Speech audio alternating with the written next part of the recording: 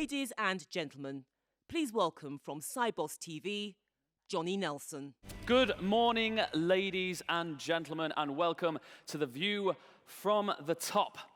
Now, Dame Kelly Holmes is an Olympic gold medalist. Her early career includes the British Army as a driver and PT instructor, for which she was awarded an MBE.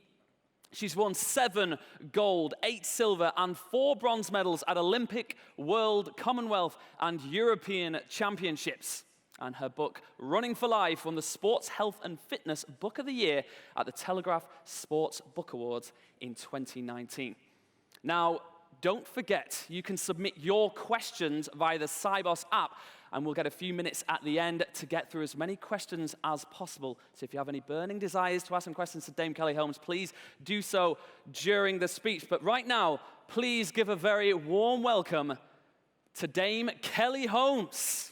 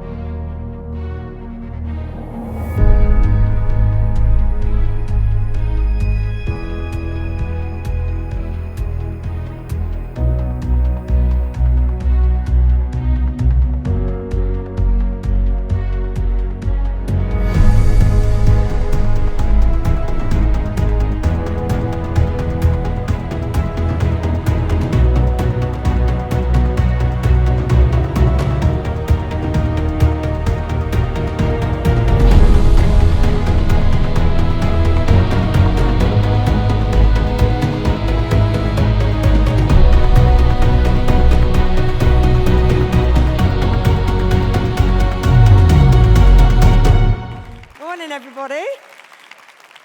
Hello. Have you had a good week so far, for those that have been here and today anyway? Thank you very much for allowing me to come and speak today. I was asked to come and speak a little bit about resilience and talking about my career to give everyone a last-minute big oomph and ready for their day, but also for what they do.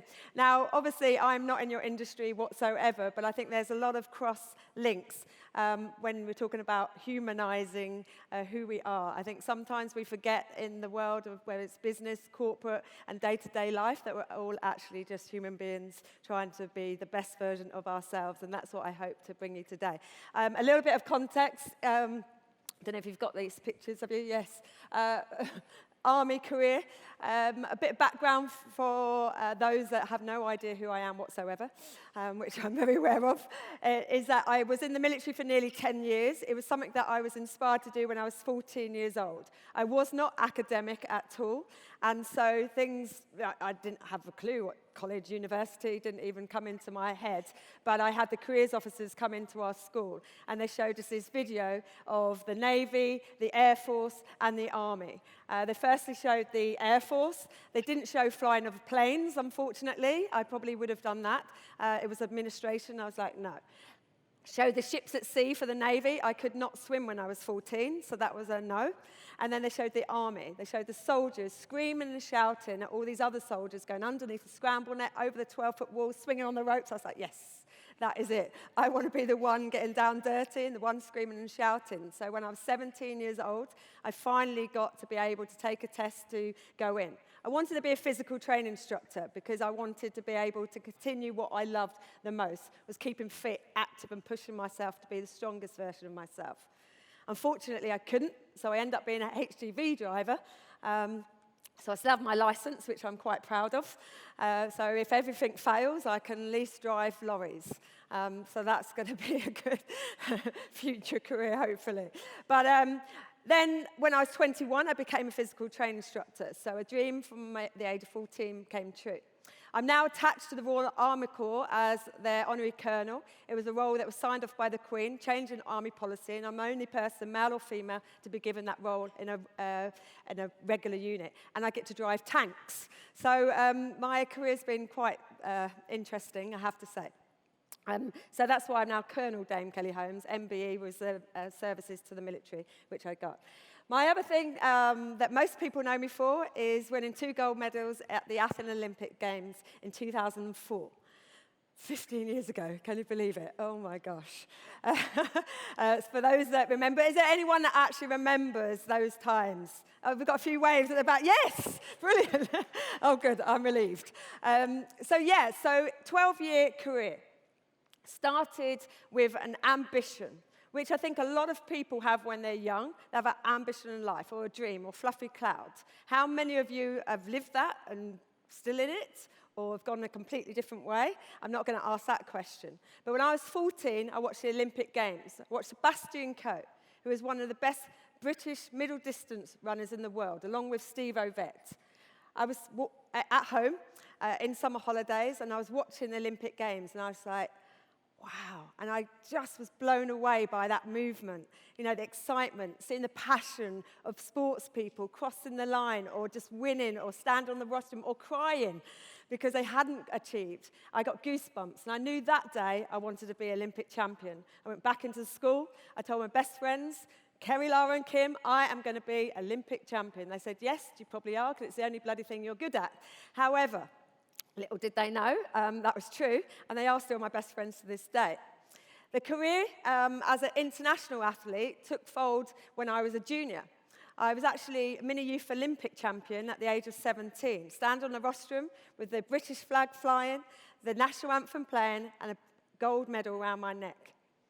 At that time, again, it was just ambition, a dream. Could I ever do it when I was older?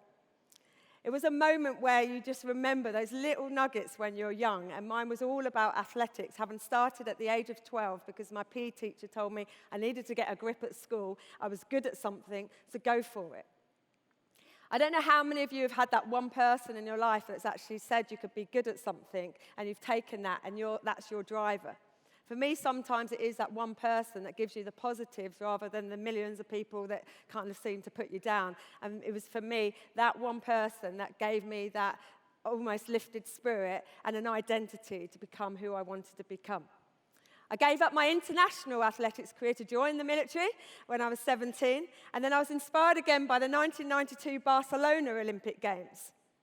We had many successes in Great Britain, Linford Christie, Sally Gunnell, and it was also watching a young girl called Lisa York, who I used to run against when I was a junior in those Olympic Games. And this time I'm sitting in my army barrack room, which is just a bed with wardrobes, and I was like, oh my God, that girl, I remember her, I used to beat her. She's at the Olympic Games, I'm sitting here. Suddenly, the whole goosebumps came back. But I was through and through and soldier first. What the army taught me was a lot about discipline, self-respect, pushing yourself to be the best person you could be, confidence, resilience, all of those things that actually I realized were partly or very integral in my career going forward. Because the values in the military were the same type of values that I needed when I became an international athlete. I got back into my athletics the following year, 1993, went for my first World Championships. I'm there at this Games. 100,000 people in the stadium. It blew me away. I got to the semi-final in those Games, and I was pretty happy because I used to use my leave to go away and compete. From the army, that was my leave because I wanted to be the best soldier I could be, but also athletics still appealed to me, and that dream from the age of 14 was still ignited in my head. I went there. The next day, I flew back. I'm umpiring a rounders match. That was my life back then. 1 minute, it was this big old moment, you know, the British flag flying, all these people from around the world. And then it was back down to earth. That was really the first part of my international career as an athlete. I continued in the army until 1997. During that time, I got back as an international athlete. I won Commonwealth Games, European Championships, went to World Championships, double medaled, and it was a great career. Again, using those skills from the army, respect to myself because I was pushing myself to the nth degree. Respecting everyone around me, the athletes, because of course, when you're on a final and you're lining up and there's 8 of you, there's 7 other people as good as you in the world there. And sometimes it only splits that 10th of a second between the best and also run. And in sport, that's very much what it's like. In comparison to business, what I've realized, You know, because in sport, you have those 4-year strategies as an Olympian. 4 years seems such a long way away, and sometimes it feels like it is, and in business it can be short or it could be a long moment. But actually in sport, it's very much, you've got to be ready in 4 years' time for the games of your life. But you can't ever think about that, can you? Because how can you think that far forward when you're in sport, when every day you're training, every day you're pushing it? So every year we had major championships, Commonwealth Games, European Champs, World Championships, and then an Olympic Games cycle. And that, for us, was broken down into 3-month strategies. So you have a 3-month plan, and within that 3-month plan, it was what you're going to achieve every month. And then within that every month, what are you going to do each week to train? And within each week, how many days you're going to train. I used to train 6 days a week, twice a day. 7th day was either a rest day or a competition day. And in that one day, it's 24 hours as an athlete's life. You wake up in the morning, you eat your breakfast, you go down to training. When you're at training, you're told what distance you're going to run, how many reps you're going to run, how long you're going to take to do them, what recovery you're going to do. You warm up, you do your stretching, you do your drills, you do your event, you cool down, you do your ice bath, you go to have massage, you go back home, you eat, and the cycle is non-stop. The difference between sport and business is you can't move that presentation to the next day, or you can't say, oh my gosh, we've got to move and be panicking, because no one's waiting for you on that start line. If I'm not ready, it carries on. So the finite detail is really critical in sport. But what I want to talk to you about is a little bit about resilience, because I like to humanize things. Because at the end of the day, it doesn't matter what industry you're in and how far you're trying to achieve, it's about you as an individual. Are you focused on what you're there to do? Have you got in your mind that absolute critical, this is who I want to be and this is where I want to go? Do you look at the people around you and think to them, they're actually there to help me, or they're part of what I'm going to achieve? Or are they just another person in your team? Or are they someone you don't think has got the skill set to help you? In sport, again, I had to really learn how to identify my team as people that were going to be there to help me. I'm one of those people that believes I can do anything in life, and then you get to situations when you realize you can't. And sometimes those situations are not the greatest. My 12-year career as an international athlete had 7 years of injuries. Ruptured calves, torn Achilles, stress fractures. I had glandular fever, tonsillitis, you name it, I had it. Yet I still won medals, and I was still ranked in the top 3 in the world. How? Because of resilience. Also focus. Now, if I was looking at this, for example, what do you see? No sound. Focus. In the zone. There was no one there that was ever going to get in the way of what I was there to achieve at the Olympics in 2004. That's the 1,500 meters. I'd already won the gold medal in the 800 meters. I was there, ready to go. And I'm going to talk a little bit about that in a minute. To achieve being the best you can ever be is about these. Focus, resilience, motivation, confidence, determination. There's so many times that we go through life forgetting that some of those are motivators as well. If you want to achieve whatever you want to achieve in your own life, your own personal life, and you can connect that to out of work or in work, it doesn't matter who you are and what you do and what level you're at. To be the best, you've got to believe you are as well. To get the best out of your day, you've got to believe you know what you do. Too many people forget to pat themselves on the back. Forget where they've come from when the going gets tough. When I was at Athens in 2004, it was the end of a 12-year journey and 20-year dream. I was written off so many times. And believe me, so many times I thought I might not ever do it. You know, when you rupture your calf completely from here to here and you tear your Achilles and someone says, that is it, your career's over, you can give up there and then. Or you can actually show to yourself, no, I am not giving up. I'm going to fight until the end, because if only is too late. And I always thought, I'm never going to live with if only. My 12-year career was very successful, as I say, but Athens was something so different. Athens was the end of a 7-year, just ups and downs. Like, seriously, it was just ups and downs. The highs of standing on a rostrum with a medal around your neck is something you can't ever take away from an athlete. You've seen people cross the line or in the swimming pool, whatever sport you do, you see the passion in their face. You know, that moment. I stand on the rostrum and the tears come down. But the journey behind that is just so hard, and no one ever sees that part of it. No one ever sees the kind of work that you put in. It's exactly the same in all your job. No one sees the days and days and days of going to work, functioning, doing your job, going back, going to work, functioning, doing your job, going back. How many times does somebody say, well done? How many times do people don't say anything to you? And how many times do you think to yourself, am I good? Am I not? Can I do it? And how many times do you get the fire in the belly and you go, yes? In sport, you can, because the highs and lows are just so dramatic, so dramatic. I want to do something now. I'm going to show in a minute. I'm going to ask the guys to play it. Athens 2004. Now, if you think about, let's say, sport, and we talk about a team. I was an individual athlete. I ran around the track, I ran on my own. That has its hard parts and it has its easy parts. Because when you're on your own, and again, sometimes we can always feel alone. Because we do our job. You know, for me, that was like a job.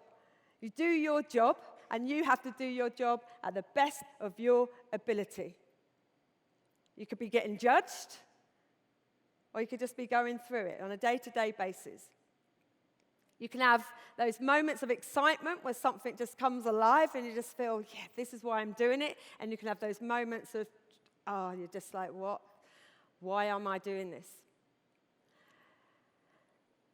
Every time I had an injury, I relate that to like a little blow in life where actually it's a make or break situation. Sometimes it puts you up on that pedestal. Sometimes it makes you feel so kind of, what am I doing in life? But actually, reaching peak performance is literally ticking off all those boxes. It's knowing where you're going. It's knowing what your high is. It's what's your goal. What is your goal? Where have you set your own mental? I say to people, and sometimes I used to put like this podium picture up, and I go, where on that podium do you ever see yourself? Are you off that podium all the time because there's still more for you to achieve? Or are you on like the bronze level, the silver level? Or do you think to yourself, you know what, I'm doing it best? Because unless you know your podium, most of you are always going to be off. And I used to always set my sights as I'm going to be on the top of that podium. Because why? Because if I go for the top of the podium, if I go down to silver, well, it's better than thinking I was going to go bronze and never even getting on that podium. So sometimes as an individual, you've got to look at yourself and you need to be able to believe you can be better than you think you can. Because we go through life sometimes just being complacent, thinking that's all we are. Why not have the ability in yourself, like an elite athlete, to articulate that you want to be good at what you do?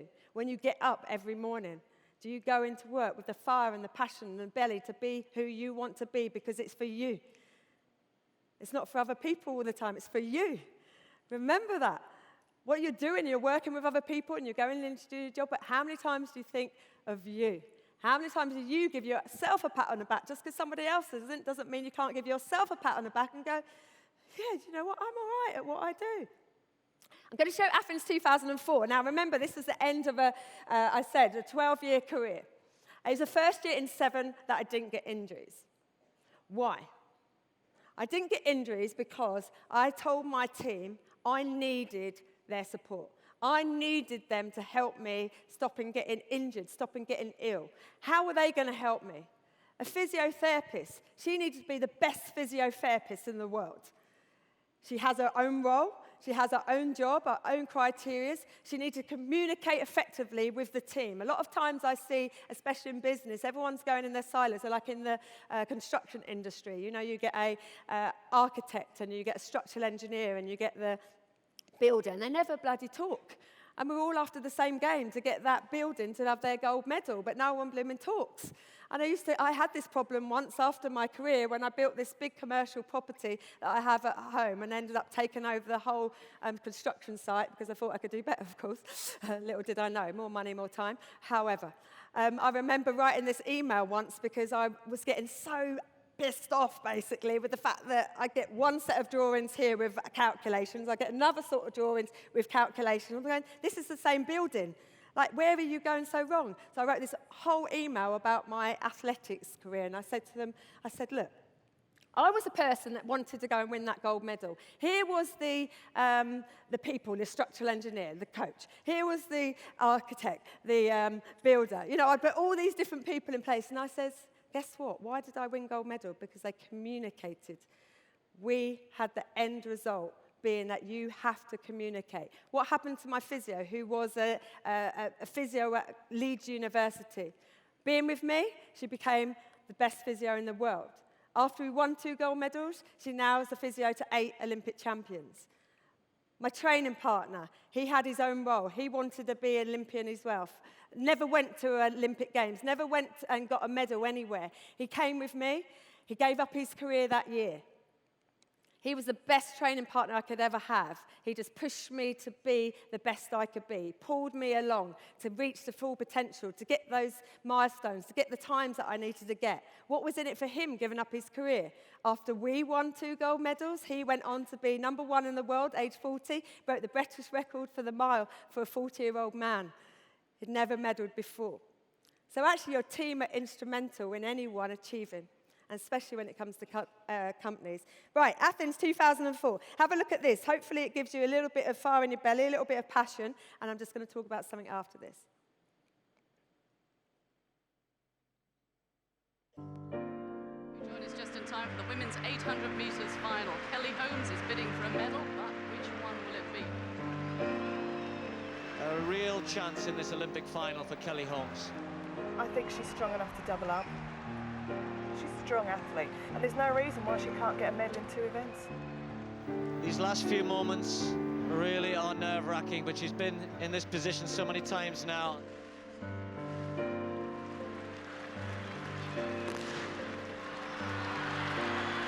You have all those dreams, and then something goes wrong, and I just thought everything's going too good, and it's going to go away from me again. Kelly Holmes attacking on the outside. What has Matola got less? Has Andrianova got anything? What about Miles Clark? Kelly Holmes fighting for the gold medal with her training partner Maria Matola. Kelly Holmes bringing it home for Britain. Can she get there? Come on, Kelly!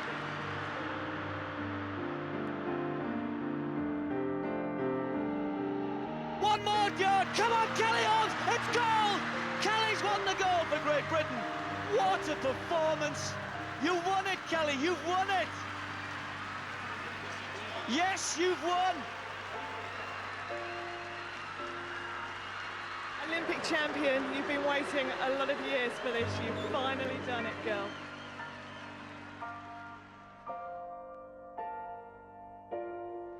The final evening of athletics here in the Olympic Remind you Stadium. that we're getting ever closer to the moment of truth for Kelly Holmes has the chance to make history by achieving the middle distance double. It would be arguably the greatest ever achievement by a British There's a athlete. new level of confidence with Kelly. She oozes it. She We're not going to radiates. hang the gold medal round Kelly's neck just yet because she's got a tough race, some difficult I'm rivals. sure she can do it. I don't put too much pressure on her. I just told her the whole of Britain will be watching, so don't worry about it. So can Kelly Holmes do it again?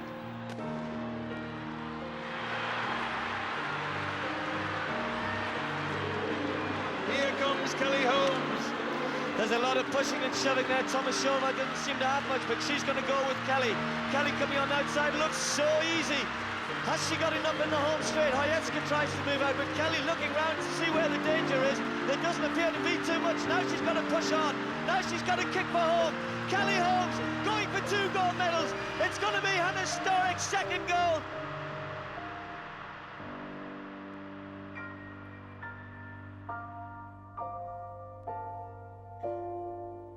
What a performance! That is the greatest performance in the history of British distance running. Kelly Holmes has done now, at the age of 34, what she's been threatening to do for the last 10 or 12 years. She is the double Olympic champion.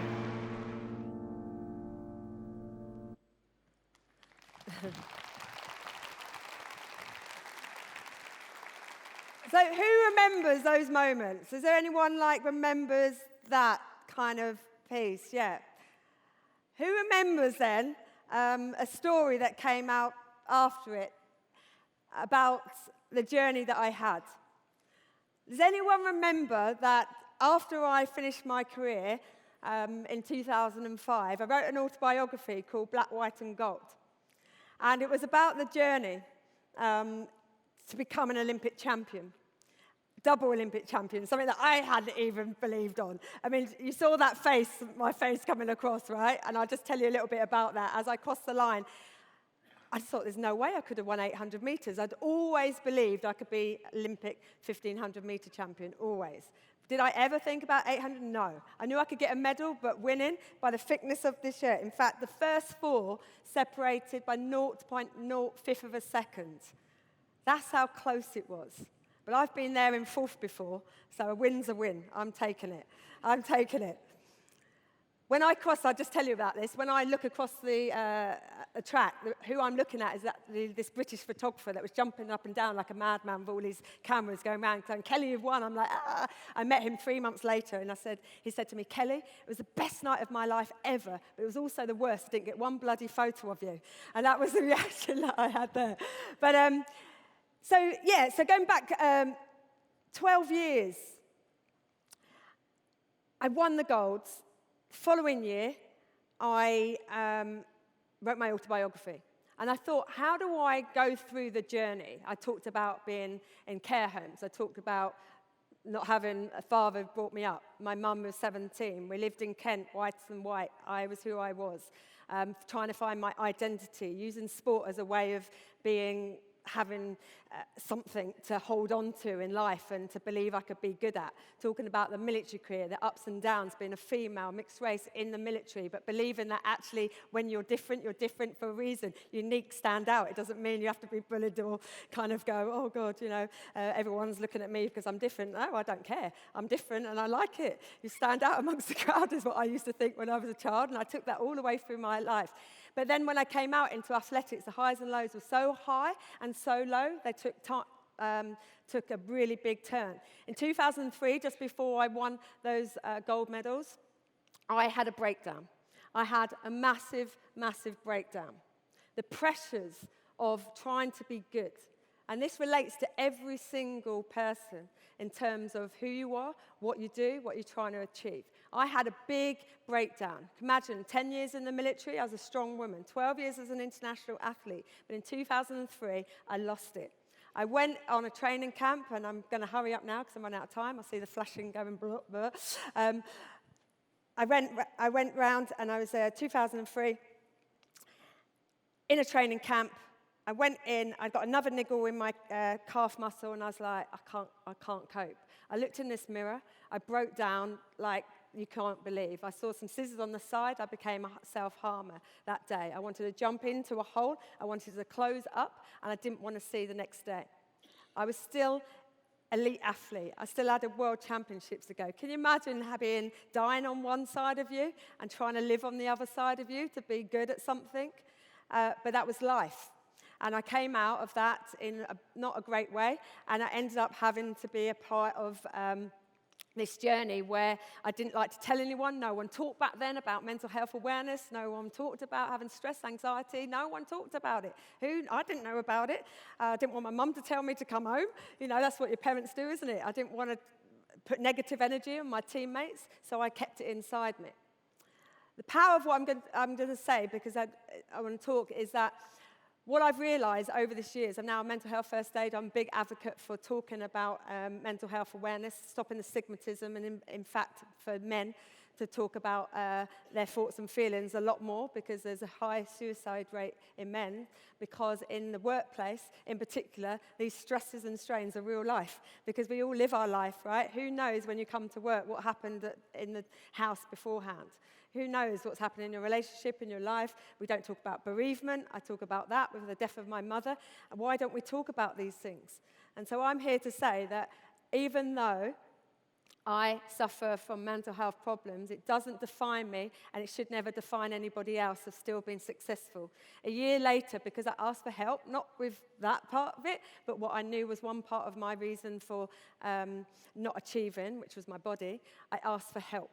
And the moment you start asking for help, I am telling you, the weight comes off your shoulders. It's nothing to be ashamed for. I stand on here because I am an international athlete, a high achiever. I'm in the public eye, but I'm human. I went through a hard time, and I've still been through hard times, but it does not stop me trying to be the best version of myself, trying to motivate everybody else to get everything out of themselves. But the only way you get the best out of yourself is to believe in yourself, ask for help when you need it, and go out there fighting every day for who you believe you are. No matter what's going on here and what's going on in the exterior, we live our life every day to try and be the best version of ourselves. That's a human touch that I wanted to bring today. When you go back into work, be you, be powerful, be strong, believe in yourself, tell people who you want to be, but remember you're human. And when you need help, ask for it. Thank you very much.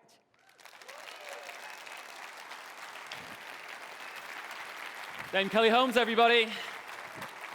Thank Dame you. Kelly, first and foremost, I want to thank you for a very inspiring speech on behalf of everybody here at Sibos. We've got a few more minutes. We've had some questions from you guys from the Sibos app, and I'll try and get through as many as I can. Okay, yes. To start off with a bit of a mixture of question, what we've got here, and one for myself, which was about that feeling. We're also familiar with this footage of you winning those gold medals in 2004. Yeah. And you talk about the razor focus of being an athlete, concentrating on getting that. But how did that feel crossing the line, knowing what you've done? And were you aware of what it meant to everybody else?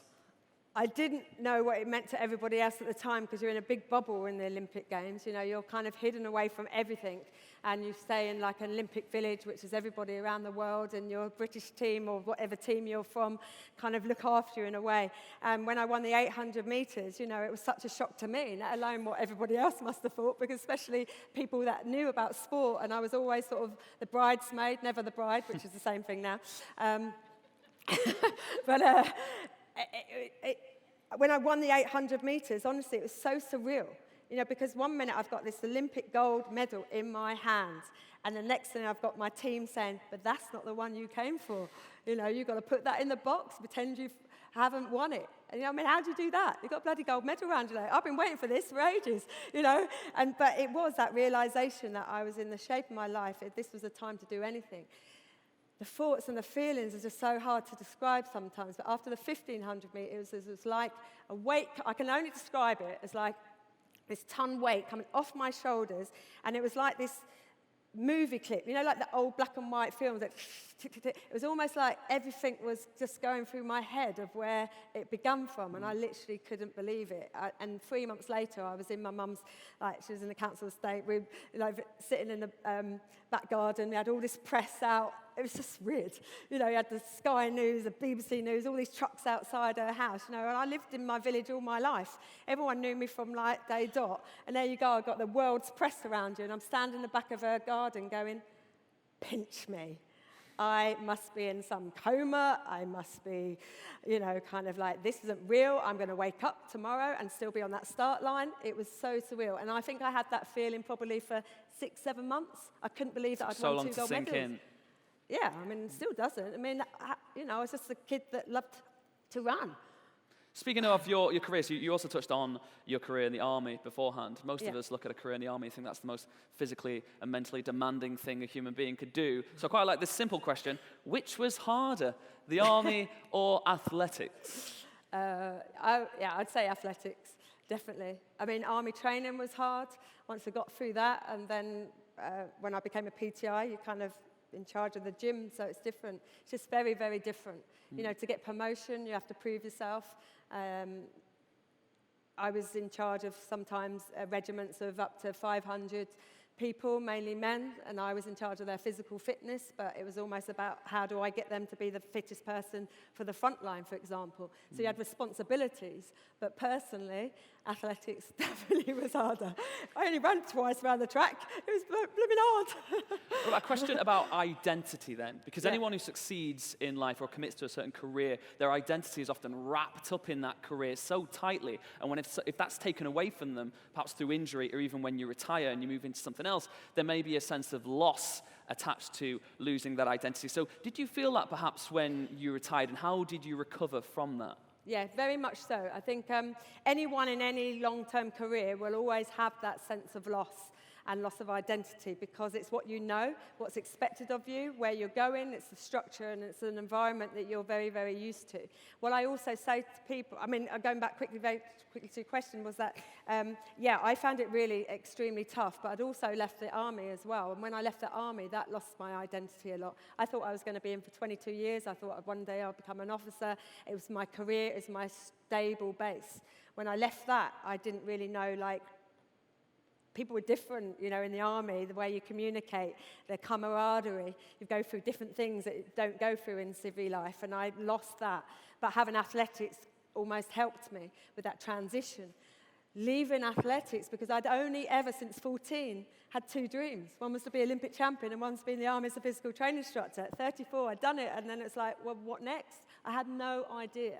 And what I started to realize is that you have to learn transferable skills.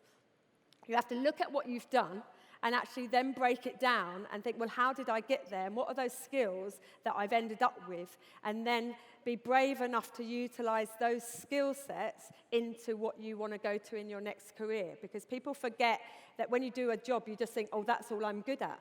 But it's not just the job that you do. It's everything else around it, whether that's communication, whether that's data analysis, whether that's signposting, whether it's kind of a structure, a strategy, whatever it is you've learned through that skill set, you have to then take. And it took me a long time to sort of think about that, but it was very much part of, as an athlete, what did I learn?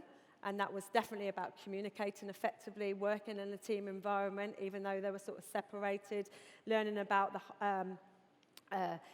time management, kind of how to get those small little gains on things, and just, you know, learning different sort of skills. And I took everything from my army and my athletics into everything I do now. So, for example, I started a charity 12 years ago called Dame Kelly Holmes Trust, and we transition sports people into new careers, trying to find their identity and find their skill set so they can go off. But the main reason we do this is that we work with disadvantaged kids in areas of deprivation, and we use sports people as their role models. We train them to be mentors and have all other skills. So the athlete thinks they're still empowered, they're still needed and wanted to be part of a team. And the young person that thinks they have no opportunity in life to succeed, these young people are like carers in homes, trouble with the police, you know, young families, like really bad backgrounds. And we've helped over 350,000 young people in the UK transition 750 international sports people into new careers. And all I did was start with a laptop on somebody's floor in an office. That's how I started the charity. And it was like, what do I know? And it was a lot, given I had no exam result from school. And I just thought a lot of things go on. Passion, definitely. Hard work, asking other people for support and advice, and then moving on. So I just learned different ways of how I communicated before and took them into new careers. Just shows what you can do when you set your mind to it. Now, sadly, that does bring us to the end of this plenary, but I want you to give all a very warm congratulations and thank you, for 2004 Thank you very and much. for this to Dame Kelly Holmes. Have a good day.